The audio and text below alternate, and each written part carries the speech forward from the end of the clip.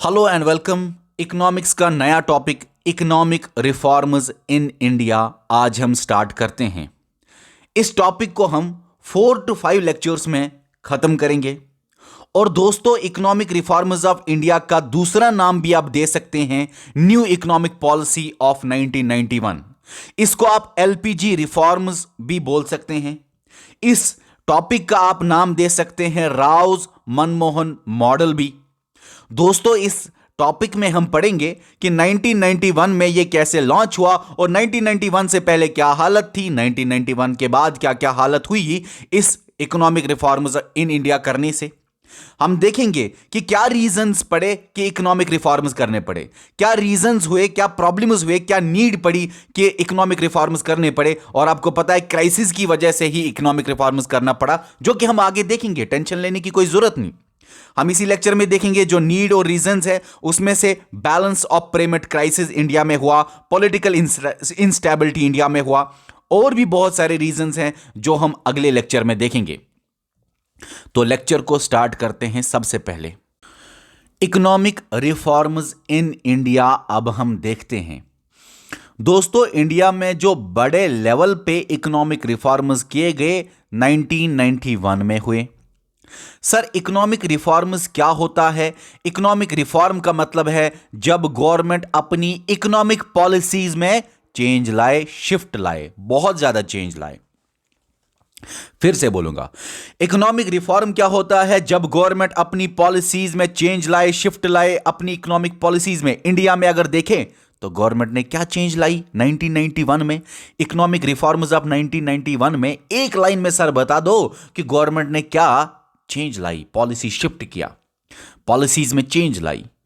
तो गवर्नमेंट का role economy में कम किया और प्राइवेट का रोल इकोनॉमी में बढ़ाया। ठीक है, अभी एक बात कहना चाहूंगा, आगे हम चलेंगे इसके आगे, लेकिन एक बात कहना चाहूंगा कि इकोनॉमिक रिफॉर्म्स इंडिया में पहले भी आए थे, लेकिन 1991 से ही आप हमेशा बुक्स में पढ़ते हो, और जब भी आपका एग्जाम आएगा आपके पेपर में भी 1991 से ही सवाल आएंगे। इससे पहले छोटे छोटे लेवल पे इकोनॉमिक रिफॉर्म्स लाए गए तो उनका कोई ह्यूज इंपॉर्टेंस नहीं बनता, लेकिन पहली बार इंडिया ने मेजर शिफ्ट जो लाया, मेजर पॉलिसी शिफ्ट जो लाया, वो 1991 में ही लाया। तभी आपके टॉपिक 1991 इकोनॉमिक रिफॉर्म्स की बात करता है, या आपके एग्जाम में 1991 से ही सवाल आते हैं। तो इसीलिए इकोनॉमिक रिफॉर्म्स इन इंडिया जब भी आप पढ़ते हो तो इस टॉपिक का दूसरा नाम बनता है न्यू इकोनॉमिक पॉलिसी ऑफ 1991, क्योंकि इससे पहले भी इकोनॉमिक पॉलिसीज थी। तो ये नई और एडवांस्ड और बेस्ट इकोनॉमिक पॉलिसी ऑफ 1991 आपको देखने को मिलेंगे, जो हम आगे पढ़ेंगे। तो दोस्तों, इन शॉर्ट कहने का मतलब यह है कि जब गवर्नमेंट पॉलिसीज में शिफ्ट लाता है उसको बोलते हैं इकोनॉमिक रिफॉर्म्स, और इस इकोनॉमिक रिफॉर्म्स को किया गया 1991 में, तभी इसका नाम है नया इकोनॉमिक पॉलिसी 1991। अब एक बात कहना चाहूंगा कि किसने ये न्यू इकोनॉमिक पॉलिसी या इकोनॉमिक रिफॉर्म्स इंडिया में 1991 में लाए? तो याद रखना है आपको, मनमोहन सिंह ने इसको न्यू इकोनॉमिक पॉलिसी को लॉन्च किया। तभी इस न्यू इकोनॉमिक पॉलिसी को या इकोनॉमिक रिफॉर्म्स ऑफ 1991 को, वन के फादर को बोलते हैं मनमोहन सिंह है। इन शॉर्ट सवाल अगर आए, न्यू इकोनॉमिक पॉलिसी 1991 का फादर कौन है? मनमोहन सिंह, क्योंकि मनमोहन सिंह ने ही इस न्यू इकोनॉमिक पॉलिसी को लॉन्च किया, या मनमोहन सिंह ने ही इस इकोनॉमिक रिफॉर्म्स ऑफ 1991 को लॉन्च किया। अब जब ये न्यू इकोनॉमिक पॉलिसी हम देखते हैं, इस पॉलिसी के अंदर 3 चीजें हैं। इस पॉलिसी में, इस इकोनॉमिक रिफॉर्म्स में या इस न्यू इकोनॉमिक पॉलिसी में 3 चीजें हैं। देखो मेरे दोस्तों, ये दोनों एक ही चीज है, ये जो इकोनॉमिक रिफॉर्म है और न्यू इकोनॉमिक पॉलिसी, क्योंकि इकोनॉमिक रिफॉर्म में पॉलिसी में ही चेंजेस लाई जाती है। तो इन शॉर्ट, इकोनॉमिक रिफॉर्म्स या न्यू इकोनॉमिक पॉलिसी में 3 चीजें हैं, 3 एलिमेंट्स है, 3 ब्रांचेस है, 3 पिलर्स है। कौन कौन सा एलिमेंट, ब्रांच, पिलर है? एक है लिबरलाइजेशन, दूसरा है प्राइवेटाइजेशन, तीसरा है ग्लोबलाइजेशन। इसीलिए इस टॉपिक का और एक नाम है LPG reforms. Liberalisation, privatisation, globalisation reforms. अगर आपको सवाल आए कि न्यू इकोनॉमिक पॉलिसी एनईपी 1991 का और एक नाम बताइए, एलपीजी रिफॉर्म्स, इसका कभी कभी बुक्स में आपको डायरेक्ट नाम मिलेगा। तो दोस्तों लिबरलाइजेशन प्राइवेटाइजेशन एंड ग्लोबलाइजेशन के साथ साथ कभी कभी कुछ बुक्स लिखती हैं एम से कंफ्यूज नहीं होना। कुछ बुक्स लिखती हैं मेरे दोस्तों एम का मतलब होता है मार्केटाइजेशन। इसको मैं आगे डिस्कस करूंगा, तो सुनिए अब इकोनॉमिक रिफॉर्म्स इन इंडिया जो है, जिसका दूसरा नाम है न्यू इकोनॉमिक पॉलिसी 1991, या और एक नाम है एलपीजी रिफॉर्म्स ऑफ 1991।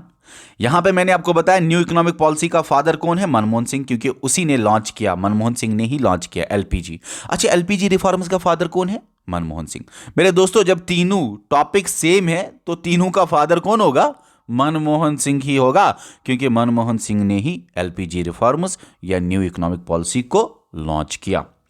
अब यहां पे मैं आपको बताना चाहता हूं कि इसको अकेले मनमोहन सिंह ने नहीं किया। Actually prime minister Manmohan Singh का बहुत ज्यादा रोल था, लेकिन मनमोहन सिंह के साथ साथ तब राव था, नरसिम्हा राव जो था, उन्हीं की गवर्नमेंट थी। मनमोहन सिंह कौन थे, फाइनेंस मिनिस्टर थे जब 1991 में एलपीजी लाए गए, जब 1991 में न्यू इकोनॉमिक पॉलिसी लाई गई, जब इकोनॉमिक रिफॉर्म्स इंडिया में किए गए, तब फाइनेंस मिनिस्टर कौन था, मनमोहन सिंह था। और राव का मतलब नरसिम्हा राव कौन था, प्राइम मिनिस्टर था। तो प्राइम मिनिस्टर और फाइनेंस मिनिस्टर ने मिल के ये काम किया। कभी इसीलिए बहुत सारे लोग इसको बोलते हैं ये अकेले मनमोहन का नहीं, राव मनमोहन मॉडल भी इसको बोला जाता है। तो आपने अलग अलग नाम देख लिए भाई, इसके क्या क्या है, Rao Manmohan model, new economic policy, economic reforms in India, LPG reforms. Okay, 1991 में सब कुछ हुआ। मेरे दोस्तों, एलपीजी हमें आगे पढ़ना है, यहां पे ज्यादा डिस्कस नहीं करूंगा, लेकिन लिबरलाइजेशन डायरेक्शन दिखाता था रिफॉर्म्स का, प्राइवेटाइजेशन पी पाथ दिखाता था इन रिफॉर्म्स का, जी से ग्लोबलाइजेशन, जी से गोल, ग्लोबलाइजेशन का मतलब गोल दिखाता था इन रिफॉर्म्स का। ये डायरेक्शन, पाथ, गोल क्या है, ये हम आगे एलपीजी रिफॉर्म्स जब डिटेल से पढ़ेंगे तो हम आपको आगे अब देखते हैं हम पॉलिसी शिफ्ट जो हुआ, इकोनॉमिक रिफॉर्म्स जो हुए 1991 में। अगर एग्जैक्ट डेट की बात करें तो 24 जुलाई 1991 में। उससे पहले क्या करता था गवर्नमेंट, और उसके बाद एलपीजी आया। दोस्तों, मैं आपको बताऊं कि 1991 से पहले क्या था, एलक्यूपी राज था, और 1991 के बाद एलपीजी राज नहीं, रिफॉर्म्स आए। इसको इसलिए राज बोला जाता था क्योंकि यहां पे गवर्नमेंट राज ही करता था। तो यहां पे गवर्नमेंट राज ही करता था, थोड़ा सा गवर्नमेंट बहुत ज्यादा स्ट्रिक्टनेस दिखा रहा था, ठीक है ना। तो मैं आपको बताऊं कि 1991 से पहले जो गवर्नमेंट पॉलिसीज बनाता था, ज्यादातर एल क्यू पी पे बनाता था। एल का मतलब लाइसेंसिंग, क्यू का मतलब कोटास, पी का मतलब परमिट। लाइसेंसिंग मतलब जब भी आपको कोई कारोबार खोलना हो, कोई बिजनेस खोलना हो, कोई दुकान खोलना हो, तो बहुत ज्यादा लाइसेंसिंग के मेजर्स, बहुत ज्यादा टफ प्रोसीजर, बहुत ज्यादा मुश्किल लाइसेंसिंग का मेथड अपनाया जाता था 1991 से पहले। तो इंसान को अगर कोई दुकान खोलना हो, इतना लाइसेंसिंग का बहुत ही ज़्यादा मुश्किल प्रोसीजर था कि इंसान वो कारोबार, वो दुकान करता ही नहीं था, काम ही नहीं करता था। तो जिससे इकोनॉमी का बहुत ज़्यादा बुरा असर पड़ सकता था। अब मैं आपको बताऊं कि कोटास, दूसरा पॉइंट है, कोटा का मतलब है कि यहां पे गवर्नमेंट पॉलिसीज बनाता था इस तरह के, जहां पे वो कोटा फिक्स करे कि प्राइवेट सेक्टर कहां कहां काम करे, गवर्नमेंट सेक्टर कहां कहां काम करे। कोटास में प्राइवेट का काम दिया था कि 2% प्राइवेट के हाथ में होगा, 3% प्राइवेट के हाथ में होगा, 4% प्राइवेट के हाथ में होगा, 96% गवर्नमेंट के हाथ में होगा। तो प्राइवेट का बहुत कम यहां पे कोटा रखा गया था। और एक पॉइंट जिस पे गवर्नमेंट अक्सर पॉलिसीज बनाता था 1991 से पहले, वो है परमिट। गवर्नमेंट बहुत ज्यादा टफ परमिट रखता था, ये बहुत ज्यादा मुश्किल परमिट रखता था। फॉर एग्जांपल, बाहर के किसी कंट्री को हमारे साथ लेन देन करना हो, बाहर किसी कंट्री से इंपोर्ट कराना हो या एक्सपोर्ट कराना हो, फॉर एग्जांपल इंपोर्ट कराना हो कोई सामान, तो बहुत ज्यादा परमिट देखना पड़ता था कि वो जो सामान कंट्री में आए किस तरह से आता था। तो परमिट बहुत ज्यादा मुश्किल था उस टाइम पे, परमिशन नहीं मिलता था कि एक्सपोर्ट इंपोर्ट अच्छी तरह हो जाए, ठीक है। तो ये भी प्रॉब्लम थी दोस्तों। तो जो पहले गवर्नमेंट एलक्यूपी अपनाता था 1991 में, ये जो न्यू इकोनॉमिक पॉलिसी है एलपीजी या मनमोहन सिंह या राव मनमोहन मॉडल की वजह से 1991 के बाद लिबरलाइजेशन, प्राइवेटाइजेशन और ग्लोबलाइजेशन आया। एक लाइन में बताऊं, ये हमें आगे भी पढ़ना है। लिबरलाइजेशन का मतलब है पॉलिसीज को लिबरल करो। लाइसेंसिंग इतना टफ मत रखो। प्राइवेट कंपनीज अपना कारोबार नहीं चलाती जब इतना मुश्किल लाइसेंसिंग का प्रोसीजर अपनाया जाता है। थोड़ा सा लाइसेंसिंग का प्रोसीजर इजी करो, थोड़ा सा इजी करो, ताकि प्राइवेट भी ग्रो हो जाए, ताकि जितने भी कंपनीज है वो ग्रो हो जाए। तो लिबरलाइजेशन का मतलब थोड़ा सा लिबरल बनो, लिबरल बनो, ठीक है ना। ओके, इतना ज़्यादा टफ प्रोसीजर मत अपनाया करो जब भी कोई बिजनेस यूनिट डालना हो। उसके बाद प्राइवेटाइजेशन का मतलब यहां पे कोटाज था, छोटा सा एरिया दिया गया था प्राइवेट सेक्टर जहां पे काम करेगा, 2%, 3%, 4%। लेकिन यहां पे प्राइवेटाइजेशन 1991 के बाद बोला गया कि कोटाज को फिनिश करो, अब प्राइवेटाइजेशन आएगा, अब प्राइवेट सेक्टर ज्यादा से ज्यादा चलेगा। अब कोटा वोटा सिस्टम नहीं है कि इतना प्राइवेट काम करेगा, सिर्फ 2%, 3% काम करेगा प्राइवेट, नहीं भाई, अब प्राइवेटाइजेशन है, प्राइवेट बहुत ज्यादा काम करेगा, प्राइवेट सेक्टर ग्रो हो जाएगा। यहां पे लाइसेंसिंग को हटा के क्या लाया गया? लिबरलाइजेशन लाया गया। लिबरलाइजेशन में क्या किया गया? लाइसेंसिंग के प्रोसीजर को इजी किया गया, उतना टफ मेथड नहीं अपनाया गया। इसी तरह यहां पे मेरे दोस्तों इंपोर्ट और एक्सपोर्ट पे परमिट लाना पड़ता था, बहुत टफ प्रोसीजर था। लेकिन यहां पे ग्लोबलाइजेशन किया गया। ग्लोबलाइजेशन का मतलब इंपोर्ट एक्सपोर्ट, बाहर से सामान लाओ, यहां से सामान बाहर आराम से जा सकता है, इंपोर्ट एक्सपोर्ट इजी हो जाए, तो ग्लोबलाइजेशन का मतलब यहां पे हमें यह अच्छी तरह आगे पढ़ना है। अब मैं आपको बताऊं, ग्लोबलाइजेशन मतलब इंपोर्ट एक्सपोर्ट अच्छी तरह हो जाए। पहले परमिशन वर्मिशन बहुत मुश्किल से मिलता था, तो पहले भी इंपोर्ट एक्सपोर्ट होता था। ऐसा नहीं कि आप बोलोगे क्लोज्ड इकोनॉमी थी, नहीं, इंडिया पहले भी ओपन इकोनॉमी था, और आज भी इंडिया ओपन भी था। जब इंडिया आजाद हुआ तो ओपन इकोनॉमी ही था। ओपन का मतलब एक्सपोर्ट जहां पे हो और इंपोर्ट जहां पे हो। आज भी ओपन है, जहां पे एक्सपोर्ट हो बाहर सामान जाए, और जहां पे इंपोर्ट हो सामान अंदर आए। तो पहले भी इंडिया आजादी के टाइम पे ओपन था, आज भी इंडिया ओपन ही है। हमेशा हर कंट्री ओपन ही होती है, प्योरली क्लोज्ड कोई कंट्री नहीं होती। क्लोज्ड का मतलब जहां पे ना हो लेन देन बाकी कंट्रीज के साथ। क्लोज्ड का मतलब जहां पे ना हो एक्सपोर्ट, ना हो इंपोर्ट। ऐसे कोई कंट्री नहीं है जो प्योरली क्लोज्ड है। तो इंडिया पहले भी ओपन था, बाद में भी ओपन बना, लेकिन 1991 से पहले इंडिया थोड़ा ही ओपन था, इंपोर्ट एक्सपोर्ट ज्यादा नहीं होता था। अब ग्लोबलाइजेशन की वजह से इंपोर्ट एक्सपोर्ट अच्छी तरह हो जाता है। तो 1991 के बाद मोर ओपन इकोनॉमी बना इंडिया। यहां पे याद रखना, ज्यादा ही ओपन इकोनॉमी इंडिया बना, अच्छी तरह इंपोर्ट एक्सपोर्ट हो गया। अब परमिशन और वो बैरियर्स नहीं लगाए जाते थे उतने, अच्छी तरह से इंपोर्ट एक्सपोर्ट हो गया, तो मोर ओपन इकोनॉमी इंडिया बनी आफ्टर 1991। ऐसे सवाल बन सकते हैं।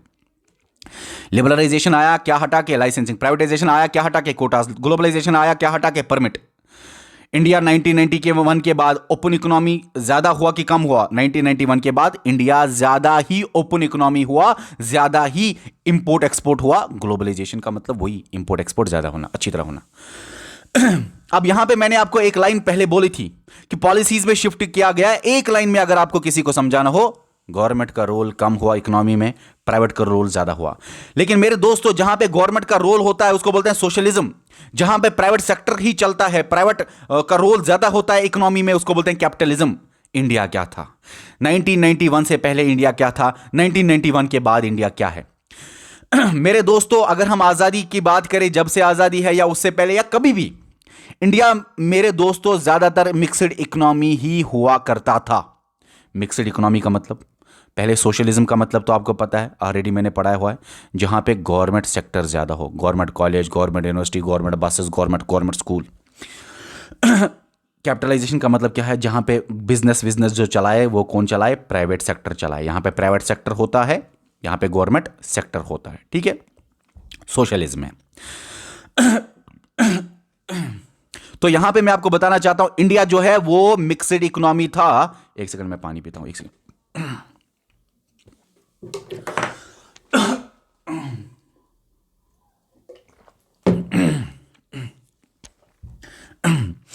तो दोस्तों, यहां पे कहने का मतलब यह है कि इंडिया मेरे दोस्तों पहले से मिक्सड इकोनॉमी था, लेकिन 1991 से पहले इंडिया थोड़ा सा था ज्यादा किसकी तरफ? सोशलिज्म की तरफ, मतलब गवर्नमेंट सेक्टर ज्यादा चलता था। लेकिन 1991 के बाद पॉलिसी में शिफ्ट हुआ, इकोनॉमिक रिफॉर्म्स हुए, एलपीजी आया 1991 के बाद, न्यू इकोनॉमिक पॉलिसी आया, और 1991 के बाद प्राइवेट सेक्टर का रोल ज्यादा हुआ। तो 1991 के बाद इंडिया थोड़ा सा कैपिटलिज्म की तरफ जा रहा है। लेकिन इंडिया कैपिटलिस्ट कभी नहीं था, इंडिया प्योरली सोशलिज्म कभी नहीं था, इंडिया हमेशा था मिक्स। मिक्स का मतलब जहां पे प्राइवेट भी चले गवर्नमेंट भी चले। अब 1991 से पहले मिक्सड था, प्राइवेट भी था और गवर्नमेंट भी था, लेकिन ज्यादा गवर्नमेंट था सोशलिज्म की तरफ। 1991 के बाद मिक्सड था, मिक्सड मतलब प्राइवेट भी था और गवर्नमेंट भी, लेकिन थोड़ा सा प्राइवेट सेक्टर ज्यादा होने लगा, ठीक है ना। और आज भी आप देख रहे हो थोड़ा सा प्राइवेटाइजेशन होता रहता है। ओके, अब यहां पे मैं आपको बताऊं इकोनॉमिक रिफॉर्म्स में मैंने आपको बोला पॉलिसी शिफ्ट होती है, चेंज होती है, और आपने देखा क्या 1991 में पॉलिसी शिफ्ट हुआ, आपने देखा क्या गवर्नमेंट का रोल, क्योंकि 1991 के बाद क्या हुआ, कैपिटलिज्म की तरफ जा रहे हैं हम, मतलब प्राइवेट सेक्टर का रोल ज्यादा और गवर्नमेंट का रोल कम।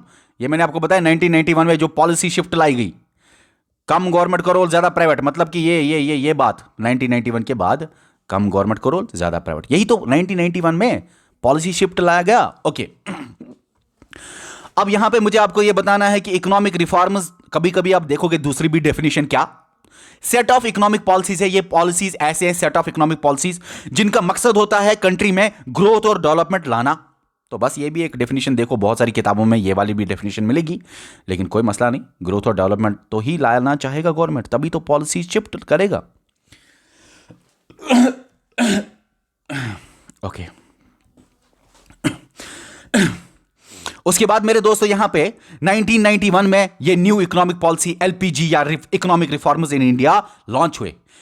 किसने लॉन्च किया मेरे दोस्तों? लॉन्च किया मनमोहन सिंह ने। मनमोहन सिंह कौन था? फाइनेंस मिनिस्टर था 1991 में। उन दिनों प्राइम मिनिस्टर कौन था? प्राइम मिनिस्टर था मेरे दोस्तों नरसिम्हा राव। ओके, उसके बाद हम आगे देखेंगे क्या प्रॉब्लम्स थी, क्या नीड या क्या रीजंस थे कि 1991 के आने से एलपीजी लाना पड़ा। कुछ ना कुछ तो 1991 में हुआ होगा। तो 1991 में क्राइसिस हुए, असल में उन्हीं क्राइसिस को टैकल करने के लिए एलपीजी लाया गया। लेकिन वो क्राइसिस 1991 के क्यों उठे, क्या प्रॉब्लम्स हुई थी 1991 में, ये हम आपको अब समझाएंगे। ओके डियर स्टूडेंट्स, तो अब हम यही पढ़ेंगे। सबसे पहला रीजन है balance of payment crisis in India.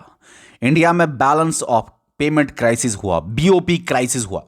मेरे दोस्तों बीओपी मेंटेन करता है कंट्रीज का सेंट्रल बैंक, और इंडिया के मामले में सेंट्रल बैंक ऑफ इंडिया कौन है? आरबीआई। तो आरबीआई बैलेंस ऑफ पेमेंट को मेंटेन करता है।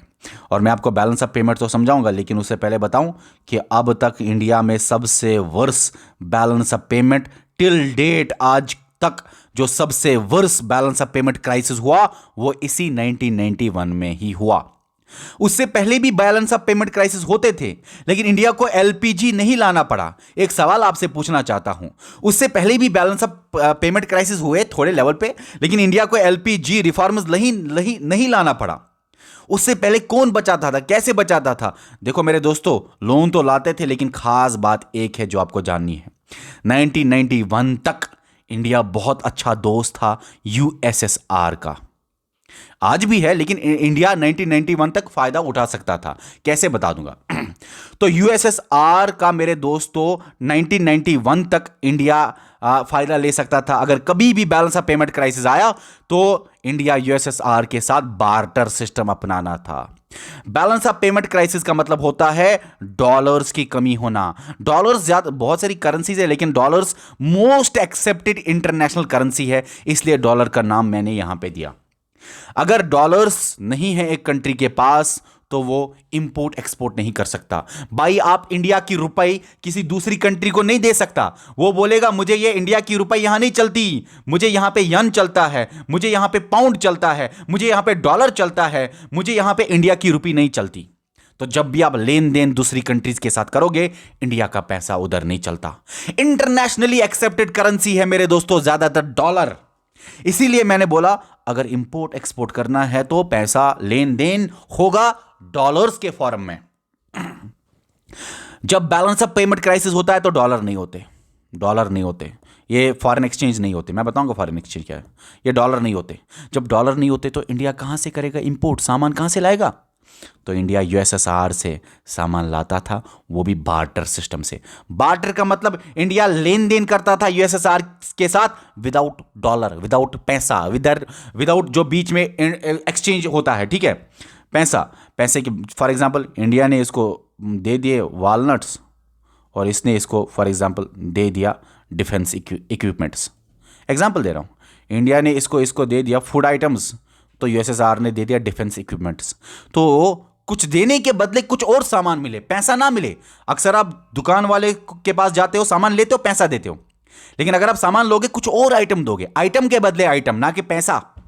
पैसा बीच में मीडियम ऑफ एक्सचेंज बिल्कुल नहीं है, उसी को बोलते हैं बार्टर सिस्टम। बार्टर का मतलब कोई सामान के बदले आप सामान का ही लेन देन करते हो, पैसा बीच में कुछ नहीं है। मैंने आपको आलू दिया, आपने मुझे उसके बदले प्याज दी, बार्टर सिस्टम इसी को बोलते हैं। तो इंडिया को डॉलर्स की जरूरत या बैलेंस ऑफ पेमेंट के जो क्राइसिस होते हैं, मैं बताऊंगा, अभी बैलेंस ऑफ पेमेंट पढ़ेंगे, लेकिन एक सवाल था जो मैं आपको बताना चाहता था। इंडिया का बैलेंस ऑफ पेमेंट इससे पहले भी आया, लेकिन एलपीजी इंडिया ने नहीं किया। उससे पहले यूएसएसआर उसको बचा लेता था, लेकिन इंडिया यूएसएसआर का खुद डिसइंटीग्रेशन हुआ, यूएसएसआर की खुद उधर प्रॉब्लम हुई 1991 में। तो 1991 में इंडिया को यूएसएसआर नहीं बचा सकता था, क्योंकि यूएसएसआर का खुद का डिसइंटीग्रेशन हुआ था 1991 में। अभी समझाना है बैलेंस ऑफ पेमेंट क्या होता है। सबसे पहले मैं आपको बैलेंस ऑफ पेमेंट समझाऊंगा, फिर समझाऊंगा ये क्राइसिस किस तरह से होता है। ठीक है, ओके। सबसे पहले, हर एक कंट्री जब लेन देन करती है तो एक डॉक्यूमेंट, एक स्टेटमेंट, एक अकाउंट मेंटेन करती है। भाई कागज के टुकड़े होते हैं ये, जिस पे लिखा होता है लेन देन बाकी कंट्रीज के साथ कैसा है। तो बैलेंस ऑफ पेमेंट एक स्टेटमेंट है, एक अकाउंट है, एक डॉक्यूमेंट है, जिस पे रिकॉर्ड रखा जाता है किसका? Receipts and payments. Receipts and payments in the form of dollar ही लिखा जाता है ये। और मेरे दोस्तों, या तो एक साल के लिए लिखा जाता है, या तो क्वार्टरली भी किया जाता है। किसका? एक कंट्री का दूसरे कंट्रीज के साथ, एक इंसान का नहीं, एक बिजनेस का नहीं, एक इंडस्ट्री का नहीं, एक सर्विस सेक्टर का नहीं, एक पूरे कंट्री का लेन देन with the rest of the world क्या है, उस कंट्री का बैलेंस ऑफ पेमेंट वो दिखाता है। फॉर एग्जाम्पल के तौर पे यहां पे इंडिया है, इंडिया लेन देन करेगा, यहां पे पाकिस्तान है, यहां पे चाइना है। इंडिया लेन देन करेगा पाकिस्तान के साथ, चाइना के साथ, यूएसए के साथ, रशिया के साथ, किसी के साथ भी, तो इंडिया के पास होता है एक डॉक्यूमेंट, एक स्टेटमेंट, एक रिकॉर्ड, एक अकाउंट। किसका? इन्हीं लेन देनों का। रिसेप्ट कितना हुआ, मतलब कितना इंडिया में पैसा आया। पेमेंट्स कितने हुए, कितना इंडिया ने पैसा दिया, इंडिया से पैसा निकला, इंडिया से कितना पैसा माइनस हुआ। मेरे दोस्तों, ये हर एक कंट्री मेंटेन करती है, हर एक कंट्री का सेंट्रल बैंक इसको मेंटेन करता है। हमारी कंट्री का सेंट्रल बैंक है आरबीआई, तो RBI he balance of payment को मेंटेन करता है। बैलेंस ऑफ पेमेंट को सेंट्रल बैंक करते हैं कंट्रीज मेंटेन, क्योंकि हर किसी कंट्री में लेन देन तो होता है। इसी तरह हमारी सेंट्रल बैंक जो आरबीआई है, ये भी मेंटेन करता है बैलेंस ऑफ पेमेंट। तो क्या करता है ये बैलेंस ऑफ पेमेंट में मेंटेन? स्टेटमेंट होता है ये बैलेंस ऑफ पेमेंट। किसका स्टेटमेंट? कितना पैसा कंट्री में आया, रिसेप्ट्स पॉजिटिव, क्रेडिट साइड ये लिखा जाता है, और कितना पैसा कंट्री से गया, आउटफ्लो नेगेटिव, डेबिट साइड लिखा जाता है, पेमेंट्स। इन शॉर्ट एक स्टेटमेंट जिसमें क्रेडिट हो और डेबिट हो, डेबिट माइनस और क्रेडिट प्लस। डेबिट के साइड रिसेप्ट्स लिखे जाते हैं और क्रेडिट के साइड रिसेप्ट्स लिखे जाते हैं, और जो राइट साइड वाला डेबिट है उसके साइड पेमेंट्स लिखे जाते हैं। ठीक है ना? तो ये जो स्टेटमेंट है, जहाँ पे ये क्रेडिट के साइड मेरे दोस्तों इनफ्लो होता है। इनफ्लो मतलब रिसेप्ट्स कितने आए हैं, कितना पैसा आया है। देखो ना, इनफ्लो पॉजिटिव, क्रेडिट, रिसेप्ट्स कितना पैसा आया है। यहां पे पेमेंट्स कितने पैसे दिए हैं, आउटफ्लो पैसे का, माइनस पैसे जाना, डेबिट साइड लिखा जाता है ये। तो ये आपको मैं बताऊं, ये बैलेंस ऑफ पेमेंट है ना, ये डबल एंट्री सिस्टम ही है, जहां पे क्रेडिट और डेबिट साइड आपको मिलेगा अकाउंट के। ओके, तो मकसद की बात क्या है मेरी यहां पे कहने को आपको, कि बैलेंस ऑफ पेमेंट हर एक कंट्री मेंटेन करता है। पैसा आया कितना, पैसा गया कितना, एक साल में, ठीक है, या क्वार्टर में, और in the form of dollar ही होता है। एक कंट्री बाकी कंट्रीज के साथ क्या लेन देन करता है, ये वो कंट्री लिखता है। फॉर एग्जांपल इंडिया की एग्जांपल लेते हैं मेरे दोस्तों। ये है इंडिया, ये है इंडिया, ये है इंडिया। ओके, ये है मेरे दोस्तों पाकिस्तान, और ये है मेरे दोस्तों चाइना। फॉर एग्जांपल पाकिस्तान ने इंडिया को गुड्स एंड सर्विस दिया। एग्जाम्पल देते हैं, पाकिस्तान के इतने सारे सिंगर हैं, उन सिंगर्स को इंडिया बुलाया गया, उनसे गाना गवाया गया, और उनको फिर पैसे दिए गए। तो सर्विस ली पाकिस्तान से इंडिया ने। सर्विस ली पाकिस्तान से इंडिया ने। इसी तरह गुड़ भी ले सकता है इंडिया पाकिस्तान से, ठीक है ना, गुड़ भी ले सकता है पाकिस्तान से इंडिया, ओके, एरो है ना, ले सकता है, इंडिया लेता है गुड एंड सर्विस। लेकिन गुड एंड सर्विस के बदले इंडिया देगा पाकिस्तान को पैसा, और इंडिया ने पाकिस्तान को फॉर एग्जांपल $10 दिए। आप बोलोगे रुपए क्यों नहीं दी? क्योंकि रुपए हमारी इंडिया की वहां पे पाकिस्तान में वो वाली रुपए नहीं चलती, तो इसीलिए इंटरनेशनल पेमेंट्स डॉलर में ही ज्यादातर किए जाते हैं। तो सुनिए, इंटरनेशनली एक्सेप्टेड करेंसी जो डॉलर है, उसी में मेरे दोस्तों इंडिया ने पैसे दिया पाकिस्तान को पैसे भेजा। पाकिस्तान के अंदर जब भी वो जाए, तो पाकिस्तान के अंदर जब भी पैसा जाएगा ना, तो डॉलर की शक्ल में ही जाएगा भाई। यहां का जो रुपए है ना, वो वहां नहीं चलता, ये याद रखना, ओके। एक्सचेंज कराना पड़ता है, ओके। तो मेरे दोस्तों, ये जो डॉलर की शक्ल में, फिर ठीक है, डॉलर इधर जाएगा पाकिस्तान का, फिर डॉलर वो अपने रुपए में कन्वर्ट करेगा। देखो देखो देखो देखो देखो, हमारे इंडिया की रुपए डॉलर की शक्ल में जाएगा इधर इधर पाकिस्तान, डॉलर जो है पाकिस्तान जो है डॉलर, वो डॉलर के बदले रुपए दिया जाएगा उस बंदे को, तो ठीक है, जो पाकिस्तान में वो काम कर सकता है अपने रुपए से। लेकिन बीच में ये जो पैसा जाता है, ये डॉलर की शक्ल में ही जाता है। अब मैं आपको बताऊं, पाकिस्तान में ये रिसेप्ट साइड लिखा जाएगा कि पेमेंट साइड लिखा जाएगा? पाकिस्तान में ये किस साइड लिखा जाएगा? पाकिस्तान में ये रिसेप्ट साइड लिखा जाएगा, क्रेडिट साइड लिखा जाएगा, पॉजिटिव साइड लिखा जाएगा, क्योंकि पाकिस्तान में इनफ्लो हुआ करेंसी का, इनफ्लो हुआ डॉलर का, तो पाकिस्तान में प्लस लिखा जाएगा $10। लेकिन इंडिया से ये निकला, तो इंडिया में बैलेंस ऑफ पेमेंट जो मेंटेन करेगा इंडिया का सेंट्रल बैंक, वो इंडिया के बैलेंस ऑफ पेमेंट में वो लिखेगा पैसा कहां? पेमेंट साइड, क्योंकि इंडिया ने पेमेंट किया, इंडिया ने डेबिट किया, इंडिया का माइनस हुआ, इंडिया का आउटफ्लो हुआ, तो इंडिया ने लिखा अपने बैलेंस ऑफ पेमेंट में ये -10। इतना ही नहीं, फॉर एग्जाम्पल चाइना को इंडिया ने लोन दिया, एरो देखो, चाइना को इंडिया ने लोन दिया। अब इंडिया ने चाइना को लोन दिया, तो पैसा निकला इंडिया से, तो इस साइड लिखा जाएगा माइनस, तो -100 इंडिया ने लिखा। लेकिन मेरे दोस्तों, चाइना का भी बैलेंस ऑफ पेमेंट है, उधर पैसा आया और चाइना ने उसको +100 लिखा। जिसके कंट्री में आता है प्लस लिखता है, जिसकी कंट्री से जाता है माइनस लिखता है, ठीक है।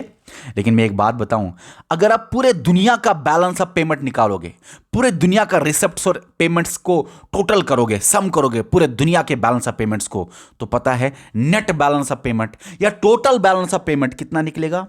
टोटल बैलेंस ऑफ पेमेंट 0 निकलेगा। सर कैसे टोटल 0 निकलेगा? मेरे दोस्तों, ऐसे इंडिया का बैलेंस ऑफ पेमेंट है, पाकिस्तान का बैलेंस ऑफ पेमेंट है, चाइना का बैलेंस ऑफ पेमेंट है। फॉर एग्जांपल, जितना पड़ा है इतना ही ट्रांजैक्शन होता है, इंटरनेशनल ट्रांजैक्शन। एग्जांपल दे रहा हूं, तो यहां पे बैलेंस ऑफ पेमेंट में प्लस है 10 है, यहां पे -10 है, +10 -10 कैंसिल होता है। इंडिया से पैसे गया तो -100, चाइना में वही पैसा आया तो +100, ये और ये कैंसिल हुआ, ये और ये कैंसिल हुआ, तो नेट क्या निकला? नेट निकला लास्ट में 0। Total balance of payments across the whole world अगर निकाला जाए, उसको कभी कभी नेट बैलेंस ऑफ पेमेंट भी बोलते हैं, वो 0 निकलता है। मतलब बैलेंस ऑफ पेमेंट को जोड़ा जाए, बैलेंस ऑफ पेमेंट को, वो निकलेगा 0, ओके। अब यहां पे मुझे बहुत इंटरेस्टिंग आपको बात बतानी है। आप मुझे खुद बताइए, इंडिया को दोनों साइड से नुकसान हुआ, दोनों साइड से इंडिया माइनस में है। माइनस जब भी आता है तो डेफिसिट होता है, पॉजिटिव जब भी होता है तो सरप्लस होता है। इंडिया ने पाकिस्तान के साथ लेन देन किया और चाइना के साथ लेन देन किया। मुझे एक बात बताओ, इंडिया दोनों केसेस में डेफिसिट हुआ, माइनस हुआ, लेकिन एक जगह फिर भी फायदा आया इंडिया को। इस केस में इंडिया को जो माइनस हुआ, इसका इंडिया का नुकसान है, लेकिन इस केस में जो इंडिया को माइनस हुआ, इसका इंडिया का फायदा है, क्योंकि इंडिया को ये 100 रुपए वापस मिलेंगे, लोन विद इंटरेस्ट मिलेगा, तो इंडिया को ये फायदा है। मैं आपको बताऊं, ये वाला सिस्टम है ना, जहां पे गुड्स एंड सर्विसेज का लेन देन होता है, ये करंट अकाउंट में लिखा जाता है। इसके 2 अकाउंट्स हैं, मैं बताऊंगा आपको आगे। और ये जो लोन वोन का लिखा जाता है, ये कैपिटल अकाउंट में लिखा जाता है। इसीलिए कैपिटल अकाउंट माइनस होना चाहिए और करंट अकाउंट प्लस होना चाहिए। ये बात समझ नहीं आई? अच्छी बात है, समझ आनी भी नहीं चाहिए, जिसको आई अच्छी बात है। इसीलिए कैपिटल अकाउंट इंडिया के कैपिटल अकाउंट में -100 ठीक है, कैपिटल अकाउंट में माइनस होना चाहिए, लेकिन इधर इंडिया का नुकसान हुआ। करंट अकाउंट में +10 होना चाहिए, मतलब प्लस होना चाहिए, बताऊंगा आगे। अभी इस बात को मेरे दोस्तों आपने समझा कि लेन देन होता है और रिकॉर्ड जो होता है हर कंट्री का बैलेंस ऑफ पेमेंट की शक्ल में ही होता है। ओके ओके ओके, अब आपको समझाना है कुछ। जब भी ये रिसेप्ट्स, मतलब पॉजिटिव वाला, ज्यादा हो देन पेमेंट्स मतलब नेगेटिव वाले से। जब भी एक कंट्री को ज्यादा पैसे आए, देखो ना कितने एरो दे रहा हूं मैं, रिसेप्ट्स मतलब पॉजिटिव, ठीक है ना, क्रेडिट साइड ज्यादा आए और पैसे कम जाए, देखो ना इतने सिर्फ जाए, तो कंट्री होती है सरप्लस में। वही मैं बोल रहा हूं आपको, जब ज्यादा रिसेप्ट्स हो, पॉजिटिव ज्यादा हो, ज्यादा हो ज्यादा हो ज्यादा हो दैन पेमेंट्स या नेगेटिव साइड से, उस टाइम बैलेंस ऑफ पेमेंट का सरप्लस होता है। और मैं आपको बताऊं, यहां पे पॉजिटिव ज्यादा है, मतलब पैसा ज्यादा आ रहा है, पैसा ज्यादा आ रहा है। तो आप मुझे बताइए, डॉलर ज्यादा आएंगे कंट्री में कि कम? डॉलर ज्यादा आएंगे। फिर अलग बात है, जिस इंसान को पैसा चाहिए उसको आरबीआई या बाकी जो है वो उसको एक्सचेंज करके देंगे इनटू रुपीज, ठीक है ना, फिर वो अलग बात है। लेकिन कंट्री में ज़्यादा डॉलर आए, ये डॉलर जो कंट्री में आते हैं ना, ये आगे इस्तेमाल होते हैं। भाई किसी दूसरी कंट्री से कोई इमरजेंसी सामान मंगवाना हो, उस टाइम यही तो डॉलर हम देंगे, वो तो अपना पैसा नहीं लेगा हमारा, ठीक है। तो मेरे दोस्तों, यहां पे आपको बताना है कि पैसा ज़्यादा आया मतलब डॉलर ज़्यादा आए। तो जब डॉलर ज़्यादा आए तो बैलेंस ऑफ पेमेंट का जो रिसेप्ट्स है ज़्यादा है देन पेमेंट्स, इसको बोलते हैं balance of payment surplus. Dollar यहाँ पे ज़्यादा आते हैं। डॉलर मतलब फॉरेक्स, फॉरेक्स मैंने आपको ऑलरेडी पढ़ाया हुआ है। डॉलर फॉरेक्स में बहुत सारी चीज़ें हैं मेरे दोस्तों। फॉरेन एक्सचेंज रिजर्व्स मैंने ऑलरेडी आपको पढ़ाया हुआ है। मैंने आपको बताया फॉरेन एक्सचेंज रिजर्व जो है सेंट्रल बैंक मैनेज करता है, उसमें डॉलर है, यूरो है, मेरे दोस्तों पाउंड है, जापान का येन है, ब्रिटिश का पाउंड है, जापान का येन है, इसी तरह युआन है, युआन है। अब आपको मैं एक बात बताऊं, यहाँ पे रेनमिन भी है जो कि चाइनीज़ की करेंसी का ऑफिशियल नेम है, ठीक है ना। तो रेनमिन भी ये रिसेंटली ऐड हुआ। इस तरह से गोल्ड भी है, ठीक है ना, स्पेशल ड्राइंग राइट्स भी है। भाई ये सारी चीज़ें मैंने आपको पढ़ाई हुई हैं। तो फॉरेक्स में बहुत सारी चीज़ें हैं, लेकिन डॉलर का ज़्यादा रोल होता है, ये याद रखना। डॉलर का बहुत ही ज़्यादा रोल होता है। सर डॉलर के साथ साथ फिर बाकी करेंसीज क्यों? बाकी करेंसीज इसलिए क्योंकि एक करेंसी में कोई problem I, for example dollar में ही अगर कोई प्रॉब्लम आई, डॉलर चलता है अमेरिका में, ये बाकी किसी किसी कंट्री में, डॉलर में ही अगर कोई प्रॉब्लम आई, उसी अमेरिका में ही डॉलर्स में कुछ चेंज आए, प्रॉब्लम आई, तो उस प्रॉब्लम की वजह से बाकी कंट्रीज पे असर नहीं पड़ना चाहिए। इसलिए बाकी कंट्रीज तब तक दूसरी किसी करेंसी में ट्रेड करेंगे, ठीक है ना, पाउंड में, यूरो में, येन में, ठीक है ना, स्पेशल ड्राइंग राइट्स में ट्रेड करेंगे। गोल्ड भी होता है, इवन कि मैं आपको बताऊं, ये फॉरेक्स का जो गोल्ड होता है ना मेरे दोस्तों, ये बैलेंस ऑफ पेमेंट में लास्ट इस्तेमाल किया जाता है, ये लास्ट सपोर्ट होता है। और गोल्ड जो होता है ना, बाकी चीजों में फ्लक्चुएशंस बहुत आती है, ऊपर नीचे एक्सचेंज रेट्स हो जाते हैं, इन्फ्लेशन डिफ्लेशन की वजह से कुछ कुछ ऊपर नीचे हो जाता है, लेकिन गोल्ड जो है ना वो सबसे स्टेबल फॉरेक्स माना जाता है। स्टेबल फॉरेक्स कौन है? Gold. Last support of balance of payment crisis कौन है? गोल्ड। याद रखना, ठीक है। तो हमें ये फॉरेक्स वॉरेक्स पढ़ने की यहां पे जरूरत नहीं, ऑलरेडी पढ़ाया हुआ है मैंने। मुझे यहां पे ये बताना है आपको, पैसा जब डॉलर ज्यादा आया मतलब फॉरेन एक्सचेंजेस ज्यादा आए, फॉरेक्स ज्यादा आए। अब अगर रिसेप्ट्स पॉजिटिव साइड कम हो दैन पेमेंट्स नेगेटिव साइड, तब बैलेंस ऑफ पेमेंट का डेफिसिट होता है, क्योंकि रिसेप्ट्स कम है, देखो आते नहीं है डॉलर, और पेमेंट बहुत है, कंट्री से बहुत कुछ जाता है बाहर, बहुत जाता है बाहर कंट्री से, तो डेफिसिट हो जाएगी कंट्री के अंदर, बैलेंस ऑफ पेमेंट का डेफिसिट हो जाएगा। भले ही दूसरी कंट्री को फायदा आ जाए, लेकिन कंट्री के अंदर डेफिसिट हो जाएगा, ठीक है। और मैं आपको बताऊं, अगर दो ही कंट्री है, अगर इसको डेफिसिट हो जाएगा ना और ये दो ट्रेड करती है, इसका सरप्लस ऑटोमेटिकली हो जाता है। अगर इसको माइनस हो जाता है, वही पैसा इसका प्लस हो जाता है, अगर दो ही कंट्री है इकोनॉमी में। तो ठीक है, मैं आपको ये बता रहा हूं कि रिसेप्ट्स जो है वो कम है than payments, balance of payment का सर डेफिसिट हुआ, पैसे नहीं आए कंट्री में क्योंकि रिसेप्ट्स कम है, तो पैसे नहीं आए तो डॉलर जो है, फॉरेक्स जो है वो कम ही हुआ।